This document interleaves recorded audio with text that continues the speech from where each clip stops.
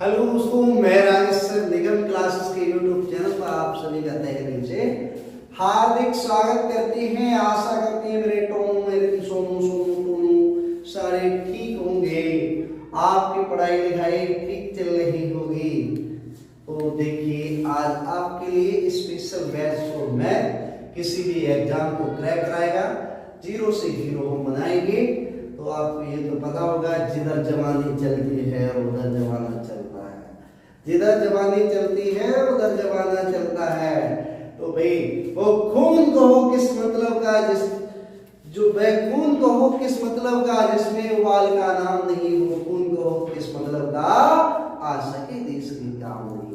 वह खून कहो किस मतलब का जिसमें जीवन न रवानी है, वह खून कहो किस मतलब का, वह खून कहो किस मतलब का जिसमें जीवन न रवानी है। जो परवश होकर बहता है वह खून नहीं वह पानी है। देखिए, आप अपने लहू को एकदम उबाल भर लीजिए और आइए मेरे साथ आप जो भी हम क्वेश्चन आपको साझा कर रहे हैं उनसे आपको केवीएस सीटेट यानी एसएससी ग्रेड तक की सारी परीक्षाएं आपको सीजीएल तक की क्रैश हो जाएंगी। आज ही ये वीडियो कंप्लीट होगी, चाहे क्या घंटे की होगी क्या मिनट की होगी ये हमें नहीं पता। आते हैं क्वेश्चन पे, नो बकवास, सीधा करते हैं बात। पहला क्वेश्चन कह रहा है, दो क्रमागत विषम संख्याओं का गुणनफल 323 है तो बड़ी संख्या बताओ। कुछ लोग मान लेते हैं, एक x मान लेते हैं, एक x+1 मान लेते हैं, लेकिन दोस्त उससे हम नहीं सीखे तो आप क्या सीखोगे। हम तो जेलर अंग्रेजों के जमाने के हैं। तो सबसे पहले आप क्या करते हैं, हमारी ट्रिक पे आती है, 3 2 3 को +1 कर दो, इस पे चढ़ा दो रूट, ये आपका हो गया कितना 3 और 2 4, और ये आई थिंक आपका जो हो जाएगा वो कितने का हो जाएगा, 18 का स्क्वायर रूट हो जाएगा। 18 का स्क्वायर रूट निकालोगे तो ये 18 आ गई। तो क्या आपकी विषम संख्या 18 है? यहाँ तो विषम संख्या पूछी है जी नहीं, ये संख्या हमेशा 20 की संख्या निकलती है। अब 18 विषम संख्या नहीं है तो एक 18 से पहले की जो संख्या होगी वो कितनी होगी, ये विषम, एक 17 होगी, दूसरी क्या होगी 19 होगी। तो अब उसमें पूछ कौन सी रहा है, बड़ी संख्या पूछ रहा है, तो इसका एप्रोप्राइट आंसर 19 की तरफ चला जाए। बताओ कैसे लगी, मजा आया ना, तड़का, बिल्कुल मजा आएगा। दो क्रमागत विषम संख्याओं का गुणनफल, यहाँ याद रहे जब प्लस करने पर जिसका स्क्वायर रूट निकालते हैं वो संख्या अगर सम में आती है तो विषम निकलेगी, और विषम में आती है तो सम निकलेगी। ये ट्रिक तब काम करेगी, इतना ध्यान रखना। फिर आप लोग क्या करो, यहाँ पे लिख दो सम संख्या और यहाँ पे ये नंबर लिख दो। यहाँ जो आने वाली संख्या है वो सम है तो विषम पूछो, और विषम है तो सम पूछो। अभी उस पर चर्चा करेंगे।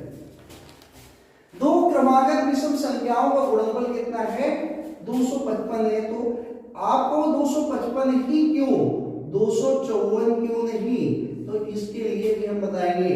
ऐसी संख्या वो लेगा एग्जामिनर जो करीब होगी किसकी, एक कम होगी स्क्वायर रूट होने से, तो इसका 256 के समथिंग चला जाएगा। कितना चला जाएगा, 256। ये आपका कितना होता है, आप जानते होंगे ये 16 का स्क्वायर रूट होता है। कितने का होता है, 16 का। तो ये 16 का, आप 16 नहीं जी नहीं, विषम की बात कर रहे हैं। 16 से पहले वाले विषम 15 और बाद वाले कितनी है 17। तो छोटी संख्या पूछिए, एप्रोप्राइट आंसर कितना हो जाएगा 15। बताओ, मजा लाइक। दो क्रमागत सम संख्याओं का गुणनफल इतना है 224, इतना है। इसको भी हमने, हाँ अब उसकी को करते हैं। इसमें हमने क्या किया, रूट चढ़ा दिया 1 प्लस करके 225, और 225 कितने का स्क्वायर रूट होता है 15 का। अब 15 ऑलरेडी विषम निकली है तो ये सम पर जाएगा। इससे एक पहले वाली जो संख्या होगी वो 14 होगी, और एक बाद वाली होगी वो 16 होगी, 15 बीच की संख्या आ गई। तो इसमें कौन सी छोटी संख्या पूछी है, छोटी संख्या में आपका आंसर कितना हो जाएगा, 14 हो जाएगा। आंसर कितना होगा 14 होगा।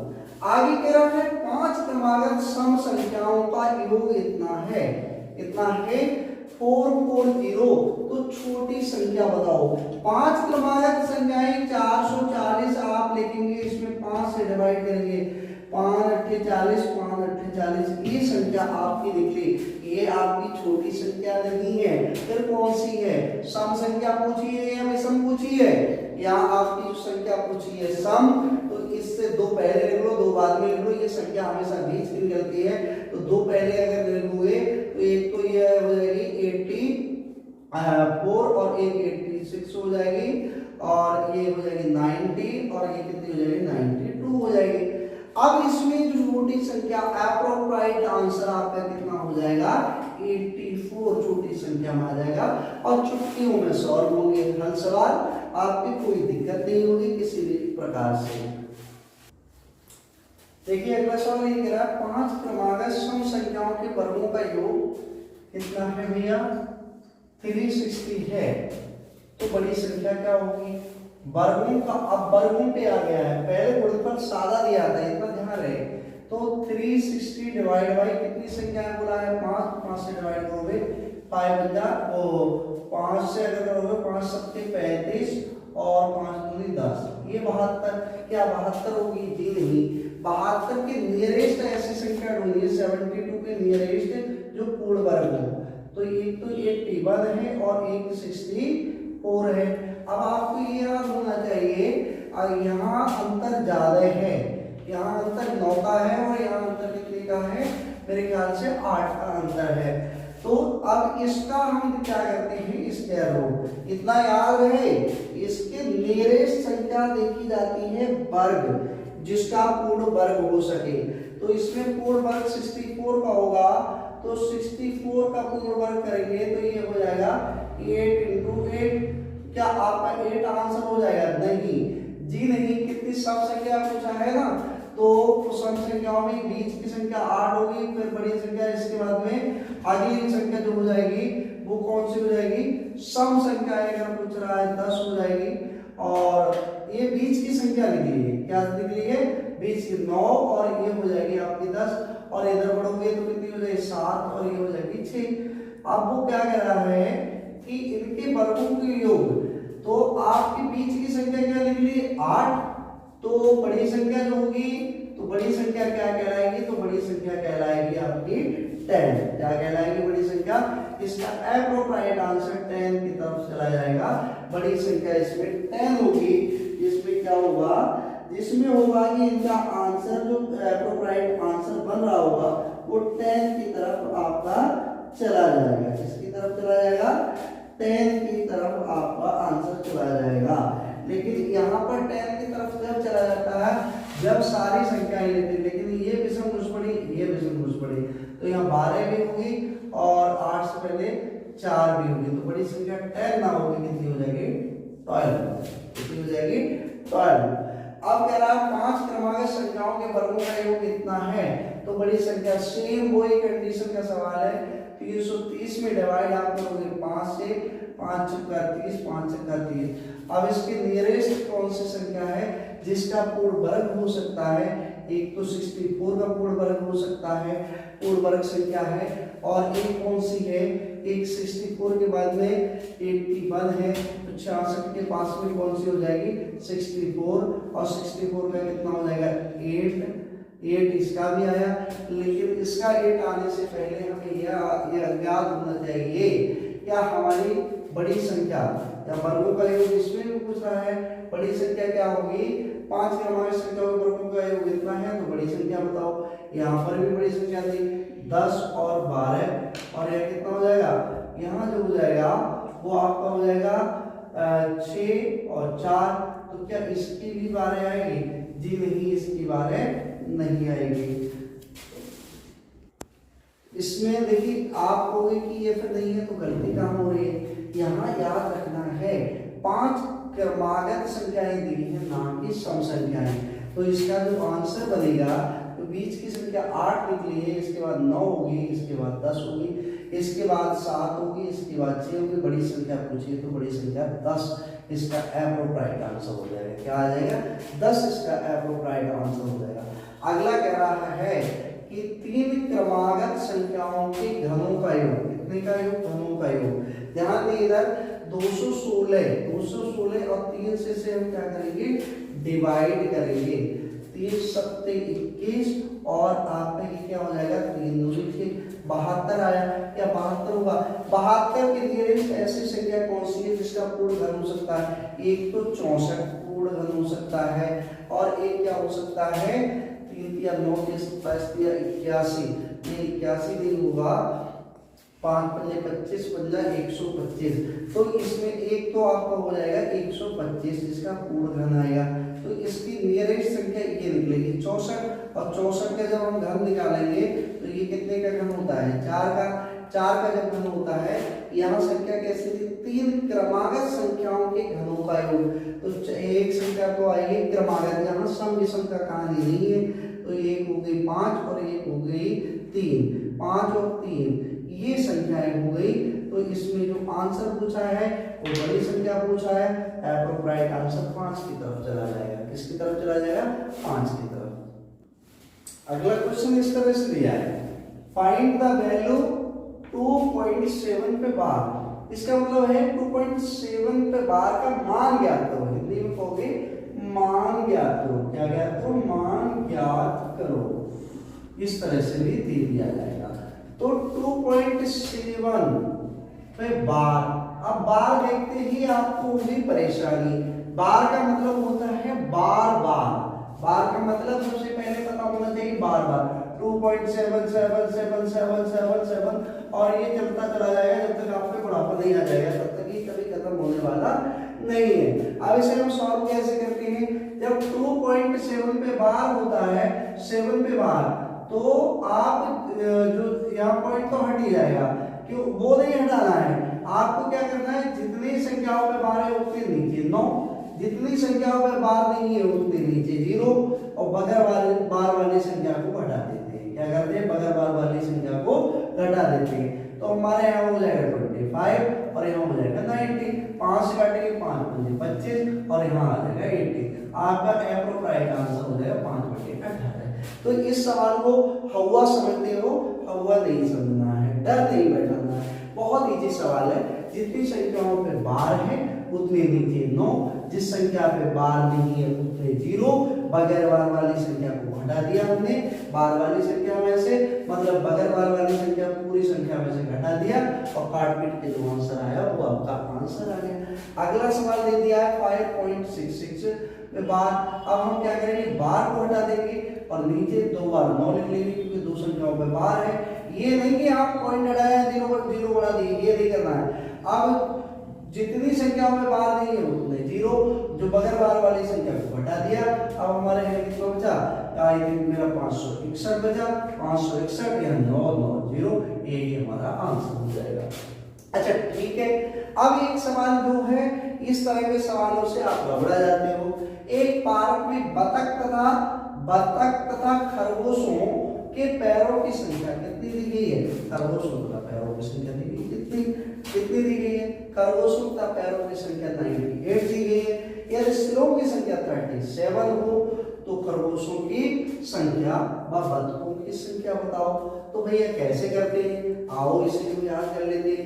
देखो खरगोश जो होंगे उसके पैर कितने होंगे? खरगोश के पैर 4 होते हैं, बतख के पैर कितने होते हैं? 2 होते हैं। यही सवाल सॉल्व हो जाएगा। इसके पैर 4, इसके पैर 2। सबसे पहले हम निकालते हैं 4 पैरों वाले, तो हम इसे कितने से डिवाइड करेंगे? आप याद रखोगे 98 को डिवाइड अगर हम करते हैं तो हम कितने से डिवाइड करेंगे? 2 से डिवाइड करेंगे। 98 को यदि हम डिवाइड करते हैं तो कितने से डिवाइड करेंगे? हमें याद रहना चाहिए 98 को 2 से डिवाइड कर देंगे। कितने से डिवाइड कर देंगे? 2 से। 2 से जब हम डिवाइड करेंगे 2 चौको 8 और 2 ने 18, 49। क्या 49 होगा? जी नहीं, 49 में से 37 को घटा दिया, क्योंकि सिर जितने हैं उतने ही तो आपके जानवर है, पक्षी हैं। आप कितना हो जाएगा? यहाँ बचा 2 और यहाँ बचा 1। तो 12 जो है इस संख्या संख्या वो 12 आई 4 पैरों वालों की, 4 पैरों वालों की यानी खरगोशों की संख्या। अब टोटल जो संख्या है वो कितनी है, जितने सिर होंगे उतने ही आपके जानवर होंगे। तो 37 में से आप 12 को कर देंगे माइनस, 12 को माइनस कर देंगे 5 बचेगा, यहाँ कितना बचेगा, यहाँ बचेगा 2। 25 आपके क्या हो जाएंगे, 25 हो जाएंगे बतख हो जाएंगे, 25 बतख हो जाएंगी और 12 क्या हो जाएंगे, खरगोश हो जाएंगे। अब आपको कैसे, हमने 2 से डिवाइड करके हमने क्या कर दिया, इन सबको बदल दिया इक्वल। हमने मान लिया 2 पैर वाले, यहाँ 37 में से 2 पैर वाले, 49 में से 37 घटाएंगे 4 पैर वाले मिल जाएंगे। आप कहेंगे कैसे, अगर आप देखो 25 जो है, 25 में 2 पैर वाले तो 50 हो गए, और आपके 12 में कितने 4 पैर वाले, तो ये 12 चौका 48 हो गए। टोटल संख्या 98 आनी चाहिए और टोटल संख्या आपकी 98 आ रही है, आपका एप्रोप्रिएट आंसर। आगे आते हैं, हाँ बच्चों देखिए 80 मीटर ऊंचे खंबे पर लास्ट वाली जो छलांग है वो एक बार फिर लगाएगा, यानी तो वो क्या हो जाएगा, 51 मिनट में वो चढ़ जाएगा। कितने मिनट में चढ़ जाएगा, 51 मिनट में बंदर कहाँ पहुंच जाएगा, टेरेस पे पहुंच जाएगा। क्योंकि वो सीधे सीधे कह रहा है 1 मिनट में 5 मीटर चढ़ता है, लेकिन 3 मीटर, लेकिन जब ये लास्ट में जाएगा, पेड़ यहाँ से शुरू हुआ, जब यहाँ जाएगा तो ये फिर सीधे वहां बैठ जाएगा जाके टॉप पे, फिर फिसलेगा नहीं। तो 75 को आप निकाल लीजिए। इस तरह के सवाल इस तरह से बनते हैं। एक सवाल ये दिया गया है इस तरह से, ऐसे सवालों को कुछ नहीं करते, इससे ऐसे काट दिया 9 9 8 9 9, ये इसका आंसर। बताओ कितना इजी सवाल है।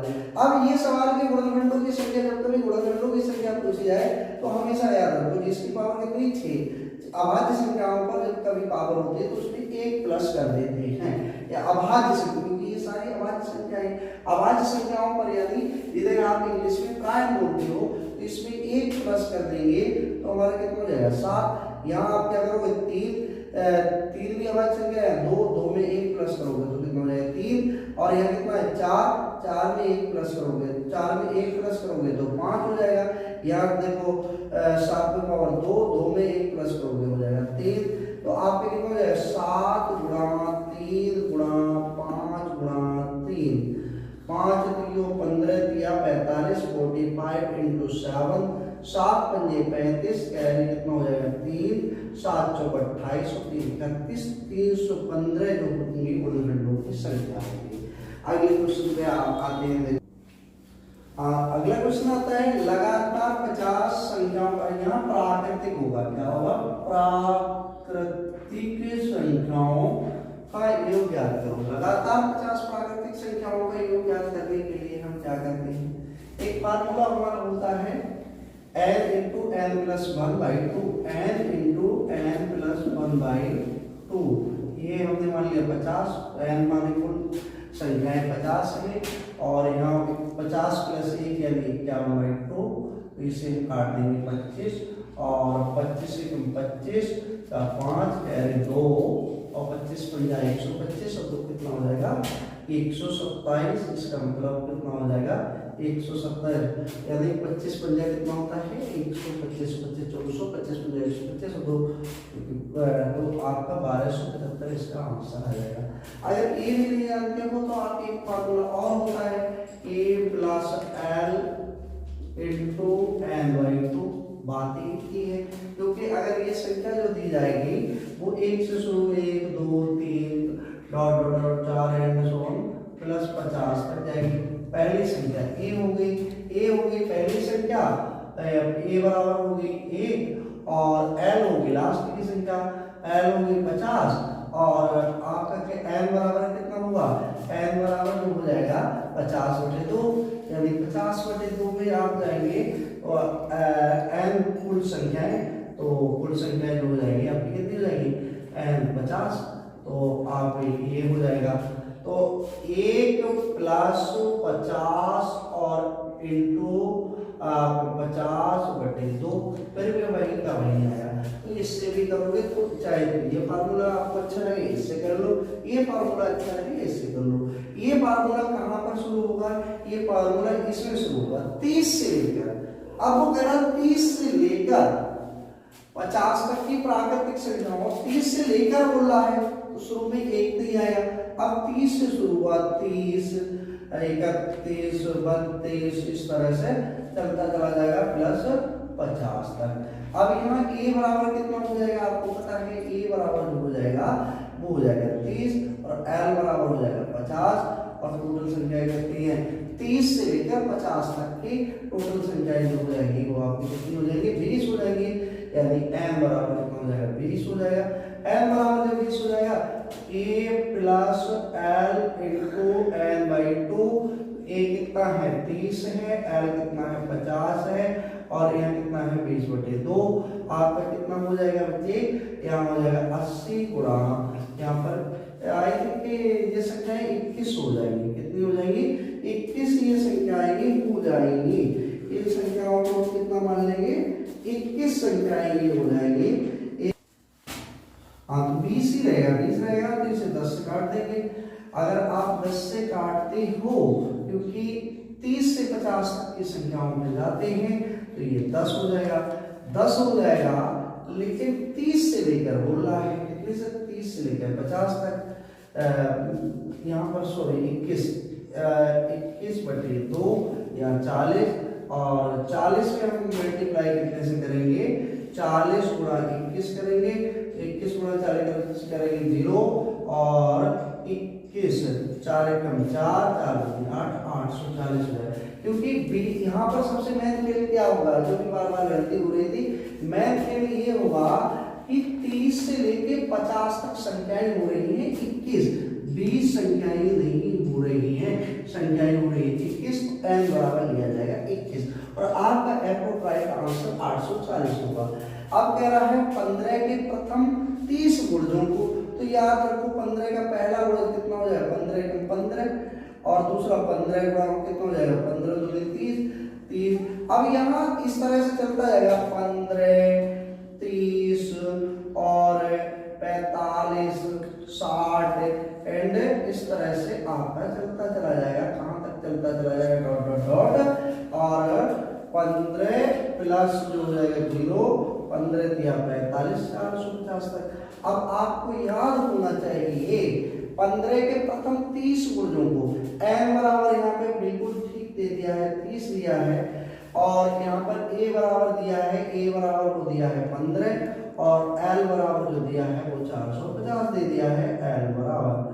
तो आपका क्या हो जाएगा, इनका योग याद करने के लिए हम योग अगर पता करते हैं तो योग जो हो जाएगा हमारा a प्लस l और इंटू n/2।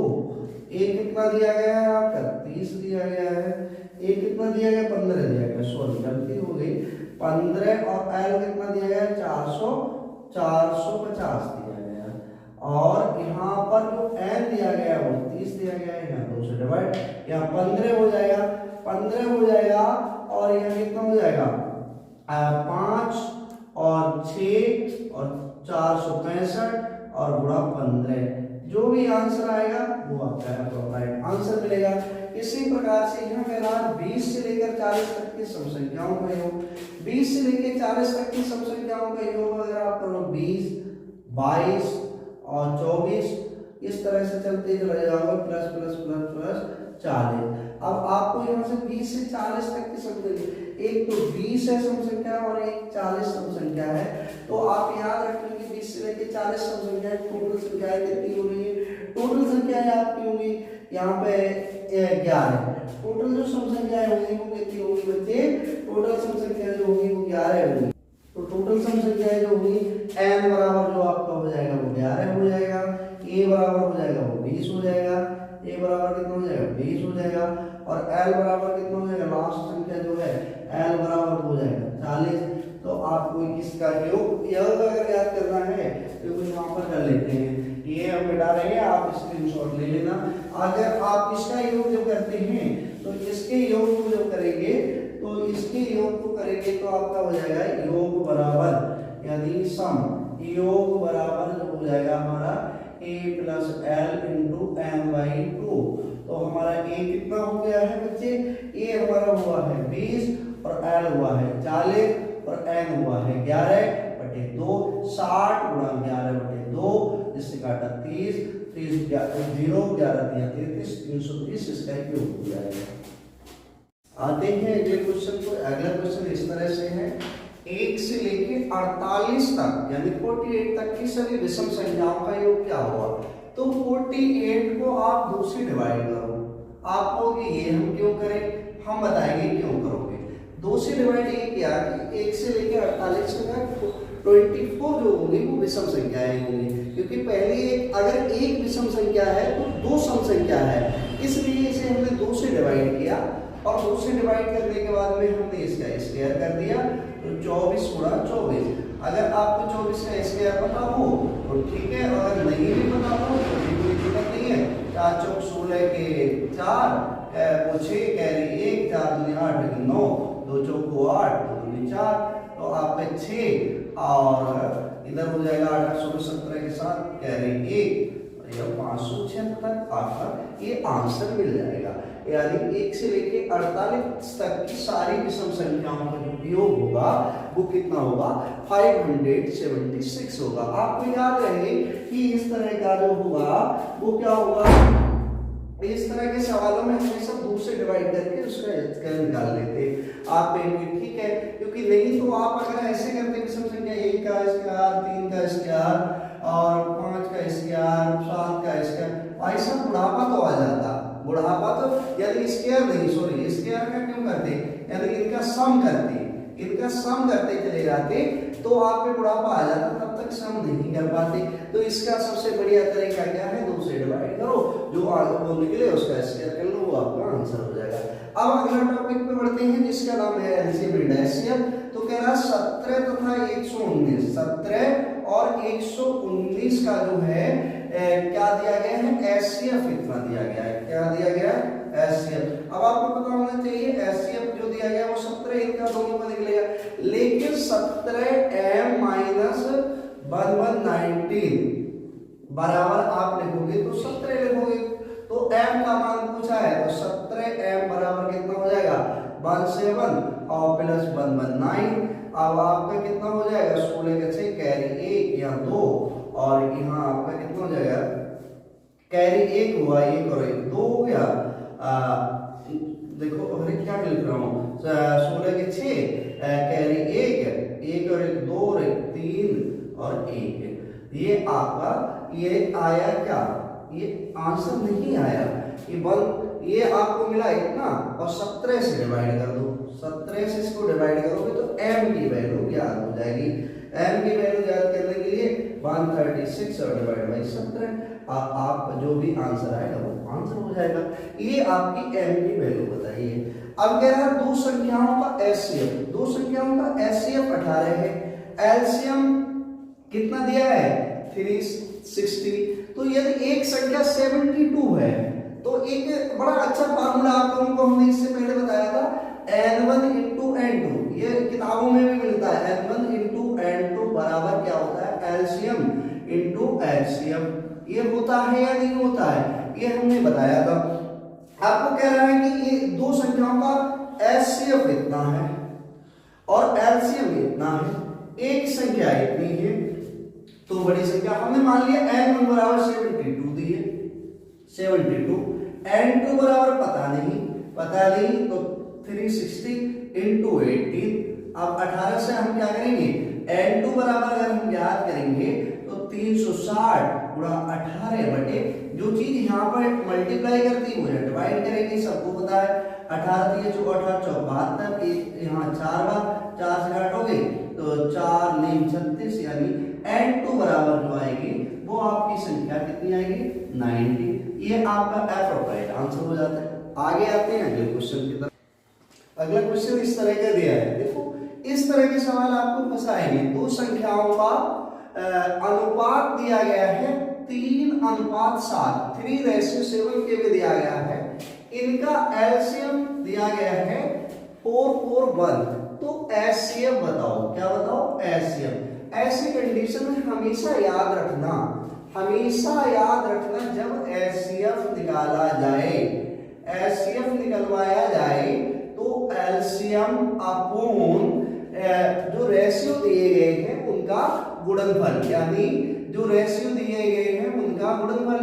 तो आप क्या करेंगे 4 4 1 और आप यहाँ 3 इंटू 7 करेंगे, 3 से काटोगे 3 एकम 3 और फिर यहाँ हो जाएगा 14, 3 चौक 12 और 3 सत्ते 21। अगर जिससे 7 से काटोगे तो 7 एकम 7 दूनी 14 और 7 एकम 7। तो जो इनका एचसीएफ आपको मिलेगा, एचसीएफ 21 मिलेगा। एचसीएफ क्या मिलेगा 21 मिलेगा। ये चीज हमेशा याद रखना। ऐसा सवाल जहां कहीं पर दिया जाए तो डरने की बात नहीं है। रेशियो का मल्टीपल करके आप क्या करते हैं एलसीएम में डिवाइड कर देते हैं रेशियो का मल्टीपल। क्योंकि इस तरह के सवाल को देखते ही लोगों पे नशा छा जाता है कि ये तो हार्ड है। हार्ड नहीं है। अगला सवाल कह रहा है ये दो संख्याओं का योग इतना है, ठीक है, उनका एचसीएफ इतना है, तो क्या करना है और एलसीएम इतना है, कोई बात नहीं। उनके व्युत्क्रमों का, उनके व्युत्क्रमों का मतलब रेसिप्रोकल का वो बताना है। क्या बताना है आपको योग। तो व्युत्क्रमों का योग अगर कहीं पर जब हम बताते हैं व्युत्क्रमों का योग तो कोई दिक्कत नहीं। व्युत्क्रमों का योग जो बताया जाएगा वो इस तरह से बताते हैं। क्या बताते हैं आप हमेशा मान लीजिए ये x + y दिया गया और यहाँ पर क्या दिया है LCM into HCF, LCM into HCF ये कर दिया जाएगा। तो ये यानी योग कितना है 30 दिया गया है तो 30 लिख दिया। एलसीएम कितना दिया गया है 36 दिया गया है 36 लिख दिया। एचसीएफ कितना दिया गया है 6 दिया गया है तो 6 लिख दिया। 6 पंजा 30 5 इसका योग व्युत्क्रमों का योग होगा 5/36 इसका आंसर होगा। ये आपका राइट आपका आंसर हो जाएगा। इसमें डरने की बात नहीं। अब यहाँ पर सेम सवाल को घुमा दिया है, दो संख्याओं का अंतर दे दिया। अभी यहाँ पर जब योग दे दिया था तो इस तरह से किया था और अंतर देंगे तो हम क्या करेंगे तो भी ये कह रहा व्युत्क्रमों का अंतर ज्ञात करो। व्युत्क्रमों का जो अंतर होगा, व्युत्क्रमों का जो अंतर होगा, क्रमों का अंतर, ध्यान से समझना कुछ बड़ी बात नहीं है। तो x - y और सेम कंडीशन यही वाले लगा दो LCM into HCM, LCM into HCM. तो यहाँ अंतर कितना दिया है इसने 10 दे दिया। दो संख्याओं का अंतर 10 दे दिया तो 10 हमने लिख दिया। और जो एलसीएम दिया गया है वो यहाँ कितना दे दिया गया है 75 और एचसीएफ 5 75 और इंटू 5 तो आप 5 से काटोगे तो 5 दूनी 10 तो इसका जो आंसर आएगा वो 2/75 आएगा। तो इस तरह के सवाल है। आगे का अगला क्वेश्चन आओ।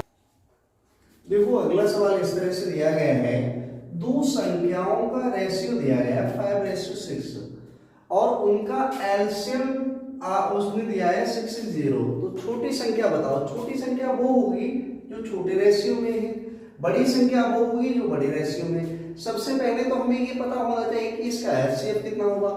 एचसीएफ कितना होगा तो हम जानते हैं, आपको दिया गया है एलसीएम बराबर क्या होता है रेशियो का मल्टीपल। इसका रेशियो का मल्टीपल इंटू एचसीएफ। तो 5 × 6 इंटू एचसीएफ।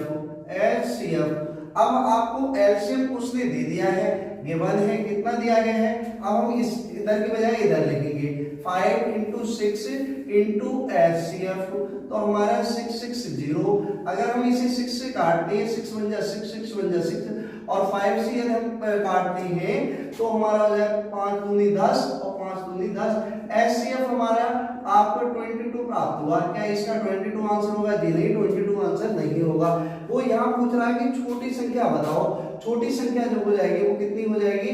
तो 5 × 22 5 × 22 तो आपको बताइए 110 हो जाएगी। तो बस इतना सा मामला था। अब आपको तो फिर बड़ी संख्या क्या होगी? अगर इनकेस बड़ी संख्या पूछ ली जाती तो बड़ी संख्या यहाँ इन दोनों का मल्टीपल कितना हो जाए तो आपका राइट आंसर मिल जाता है। लेकिन आपका यहाँ पर यही आंसर हो जाएगा। अगला सवाल कह रहा है तीन संख्याओं का रेशियो। तीन संख्याएं अगर यहाँ पे दी गई, कोई तीन नंबर दे दिए गए हैं, यानी 2:3:5 के रेशियो दे दिए गए हैं और उनका एलसीएम 360 है। तो बड़ी संख्या कौन सी होगी? जिसका अनुपात बड़ा होगा, जिसका शेयर ज्यादा होगा, वो संख्या बड़ी होगी। तो आपको घबराने की बात नहीं। अभी हमने आपको बताया था कि एलसीएम बराबर सेम कंडीशन लगेगी, इन तीनों का मल्टीपल। हमने बताया रेशियो का मल्टीपल हम लिखेंगे नहीं या डायरेक्ट कर देंगे और इनटू हमारा क्या दिया जाएगा? एचसीएफ दिया जाएगा। अब हम क्या करेंगे, यहाँ पर 2 गुणा 3 गुणा 5 यानी 2 मल्टीपल 3 इंटू 5 इंटू HCF बराबर कितना दिया गया है हमारा 360 जब दिया गया है और हम इसे कितने से काटेंगे, 3 से काटेंगे, 3 बन जा 3, 3 2 जा 6। अब हम इसे कितने से काटेंगे, 2 से काटेंगे, 2 से अगर काटेंगे तो ये हमारा हो जाएगा कि 60। अब इसे काटेंगे तो ये हमारा हो जाएगा 12। एचसीएफ जो हमारा प्राप्त हुआ वो कितना प्राप्त हुआ 12। क्या 12 आंसर जी नहीं, वो पूछ रहा है कि बड़ी संख्या क्या होगी, बड़ी संख्या जो होगी हमारी 5 इंटू 12, इसका मतलब कितना होगा हमारे 60 जो होगी वो बड़ी संख्या प्राप्त हो जाएगी। जहां 3 का और 2 का रेशियो दे दिया जाता है आप लोग घबरा जाते हैं, तो घबराने की बात नहीं है, ना आपको हाइपर होने की बात है। ये वही जो सवाल आपकी किताब में दिया जाता है और इस तरह इसमें कोई ऐसा एफर्ट नहीं जो हम कोई स्पेशल लगाए। दो संख्याओं का एलसीएम कितना है, एचसीएफ का गुणनफल दे दिया गया है। क्या दे दिया गया, गुणनफल यानी मल्टीपल। यदि एक संख्या इतनी है तो दूसरी संख्या बताओ। हमने अभी आपको बताया था n1 into n2, n1 into n2 बराबर आपका दिया गया है 375 दिया गया है ना। अब उसमें उसने दे दी गई है n1 जो दी गई है वो दे देंगे 15, तो यहाँ पर हम लिख लेंगे 15 इंटू n2 बराबर हमें ज्ञात करनी है 375। अब हम 15 से अगर डिवाइड करते हैं 15 दूनी 30 और यहाँ कितना बचा 7, 15 अपना 75, n2 बराबर कितना हो जाएगा, n2 बराबर 25 आपका आंसर हो जाएगा। n2 बराबर कितना हो जाएगा 25 आंसर हो जाएगा, इसमें कोई बड़ी बात नहीं है। आते हैं अगले क्वेश्चन की तरफ। तो अगला क्वेश्चन इस तरह से दिया गया है 78 सेंटीमीटर, 104 सेंटीमीटर और 117 सेंटीमीटर, 169 सेंटीमीटर लंबी 4 छड़ें हैं, ठीक है। इस तरह की 4 छड़ें हैं, इस तरह की, ठीक है। ये 4 छड़ें हैं, इनमें समान माप की अधिकतम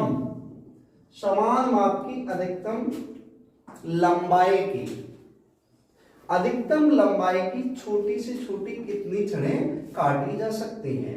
तो इसमें कोई बहुत बड़ी लॉजिक नहीं है, ना डरने की बात है। इन सब का क्या करना है, हमें इन सब का लेना है सबसे पहले एचसीएफ। अगर हम इन सब का एचसीएफ लेते हैं तो एचसीएफ दो तरह से लिया जाता है, एक तो कॉमन फैक्टर विधि से और एक कौन सी विधि से लिया जाता है, एक डिवाइड मेथड से लिया जाता है। तो डिवाइड मेथड से आप क्या करते हो, ये छोटी संख्या से उससे बड़ी संख्या में डिवाइड करते हो और फिर उससे उसमें अगर करते चले जाते हैं। तो मैं जहां तक जानता हूं मेरा लॉजिक है वो ये कह रहा है कि ये 13 से पूरा कट रहा है, क्योंकि 13 से पूरा जब कट रहा है तो इसका एचसीएफ भी कितना होगा, एचसीएफ जो होता है हाइपर कॉमन फैक्टर होता है, तो इसमें जो हो गया वो 13 हो गया। हाईएस्ट कॉमन फैक्टर कितना हो गया, 13 हो गया। लेकिन अब वो इतनी 13 छड़ें नहीं कटेंगी, वो कह रहा है कि छोटी से छोटी कितनी, सवाल घुमा दिया गया। तो आप यहां से देखोगे 13 से अगर डिवाइड करोगे 13 पंजे 13 छक्का, यहाँ पे 6 बार में जाएगा, 13 सत्ते 91, 13 अट्ठे 104, ठीक है। और 13 9 जा कितना होता है आपका 117 होता है। और इसके बाद में जो होता है ये 13। अब ये टोटल जो छड़े होंगी इतनी छड़े कट जाएंगी। आप कैसे, आप अगर इसे काटते हैं तो 8 से 14 और नहीं 8 और 16 17 23 ये हो गई और 13 ये हो गई। इसका मतलब आपका कितना हो गया 6 और 3 36 छड़ें छोटी से छोटी काटी जा सकती है। बहुत इजी सवाल है, यहाँ ये डरने की बिल्कुल बात नहीं है कि ये कहां से किया। ये एचसीएफ हमने तो 13 निकाल लिया कॉमन, क्योंकि हमने कॉमन देखा, इसमें कॉमन क्या हो रहा है, सब में 13 कॉमन हो रहा है। अब ये आपको करना पड़ेगा, या तो फैक्टर मेथड से करें या फिर आप कौन से मेथड से करें, आपको जो मेथड कॉमन वाला अच्छा लगे कॉमन से कर लें, इससे इसमें डिवाइड करें, फिर जो बचे उससे उसमें डिवाइड करें। इतना करने की बात नहीं, क्योंकि आप लोग बड़े लेवल को, कोई आप स्टूडेंट नहीं पढ़ रहे हैं, आप कंपटीशन की तैयारी करने के लिए जब पढ़ रहे हैं तो इतना आप जानते होंगे। अब जो एचसीएफ आ जाए उससे इसको डिवाइड कर लो, जितनी छड़ें देंगी, या 6 छड़ें या 8 या 9 या 13, इन सब का योग इतनी छड़ें छोटी छोटी काटी जाएगी, ठीक है। अगला सवाल बच्चों वाला सवाल है। 3 चौराहों पर ट्रैफिक लाइटें हैं, 60 सेकंड 75 सेकंड और 90 सेकंड के अंतर से बदलती हैं। अब वो 7:50 पे एक साथ बदले हैं। कब बदले हैं? 7:50 पर एक साथ बदले हैं। तो दोबारा कितने बजे एक साथ बदलेंगी? हमेशा याद रखो, ऐसी कंडीशन में हमेशा हमेशा एलसीएम होता है, एचसीएफ नहीं होता है। यहाँ 60 सेकंड दिया है और यहाँ 75 सेकंड दिया है और यहाँ 90 सेकंड दिया। हम बड़ी मेथड से कर लेते हैं, लेकिन जो आपका एचसीएफ मेथड जो जानते हो उससे करना। हमने इसे 15 से काट लिया। वैसे ये रूल के मुताबिक नहीं है, लेकिन हमें जल्दी करना है। तो 4 बार गया, यहाँ 5 बार गया, यहाँ 6 बार गया, 4 5 6। अब आपका कितना हो जाएगा? अब इनमें कोई ऐसी संख्या है जो वहां कट सकती है। इसे 2 से काटोगे, इसे नहीं काटोगे, इसे 3 से। अब इसमें ये सारे प्राइम नंबर आ गए। 5 3 15 दूनी 30 दूनी 60, यानी 60 गुणा 15, 60 गुणा 15 डिवाइड बाई 60। अब आपको ये 60 गुणा 15 डिवाइड बाई 60 क्यों कर रहे हो? क्योंकि 1 मिनट में 60 सेकंड होते हैं। यहाँ 7:50 हो रहे हैं, तो निश्चित सी बात है आंसर जो आएगा, इतने सेकंड अगर हम कर दें 15 सेकंड, 900 सेकंड अगर हम कर दें, क्या 900 सेकंड आंसर होगा? जी नहीं, ये मूर्खता वाली बात होगी। 60 से 60 कट जाएगा, इसका मतलब 15 मिनट और लगेंगे, तब वो एक साथ बजेंगी। तीनों घंटियां साथ साथ। इस समय कितना बज रहा है? 7:50 बज रहा है। 7:50 हो रहे हैं और 15 मिनट इसमें और जोड़ दिए गए, 15 मिनट और जोड़ दिए गए, तो हमारा कितने बजे बजेंगे? 8:05 पर वो घड़ियां एक साथ बदलेंगी। कब बदलेंगी? 8:05 पर। तो आ गया। हाँ, तो अगला क्वेश्चन स्पीड डिस्टेंस टाइम से दिया गया है। एक कार नगर ए से बी तक 80 किलोमीटर प्रति घंटा की रफ्तार से जाती है, बी से ए तक 72 किलोमीटर प्रति घंटा की रफ्तार से वापस आती है, तो कार की औसत चाल एवरेज स्पीड बतानी है। क्या बतानी है? Average speed. एवरेज स्पीड अगर बतानी होती है तो हम जानते हैं सीधा सीधा formula 2xy upon x plus y। Answer आ गया, यानी 2xy 2 गुणा 80 गुणा 72 और यहाँ हो जाएगा 80 प्लस 72। इसका मतलब हो जाएगा ऊपर 2 इंटू 80 इंटू 72 और यहाँ हो जाएगा 2 और 8 7 15 152। इसे अगर आप काटते हो 2 से 2 सत्ते 14 2 छक 12। अब आप कितने से काटोगे? फिर 2 से काट दोगे। 2 से अगर काटते हो तो ये 40 हो जाएगा और ये आपका कितना हो जाएगा? 2 3 6 2 8 16। अब 2 से फिर काटते हो ये 20 हो जाएगा, ये 19 दूनी 38 हो जाएगा। 19 दूनी 38, तो आपका जो भी आएगा 20 गुणा 72 और अपॉन 19। बाकी आपकी कैलकुलेट करके आंसर निकाल सकते हैं, क्योंकि इसमें फिक्स चाल नहीं है। जो भी है इस तरह से सवाल बनाया जाएगा तो इससे पूरा पूरा कट जाएगा। अगला ये सवाल बहुत प्यारा है, इसे प्यार हो गया है एग्जामिनर को, इससे कहते नहीं है, इससे दिल लग गया है एग्जामिनर का। इस तरह के सवाल एग्जामिनर जरूर देता है। एक व्यक्ति निश्चित समय पर घर से निकलता है, कोई एक निश्चित समय है, 5 बजे 6 बजे 4 बजे 10 बजे, कोई निश्चित समय है, उस पर वह घर से निकलता है और 40 किलोमीटर प्रति घंटा की रफ्तार से चलता है, तो वह 20 मिनट देरी से पहुंचता है। यदि वह 50 किलोमीटर प्रति घंटा की चाल से चले तो 10 मिनट पहले पहुंच जाता है। तो हमने बताया जब कहीं तो क्या करना है? दूरी ज्ञात है।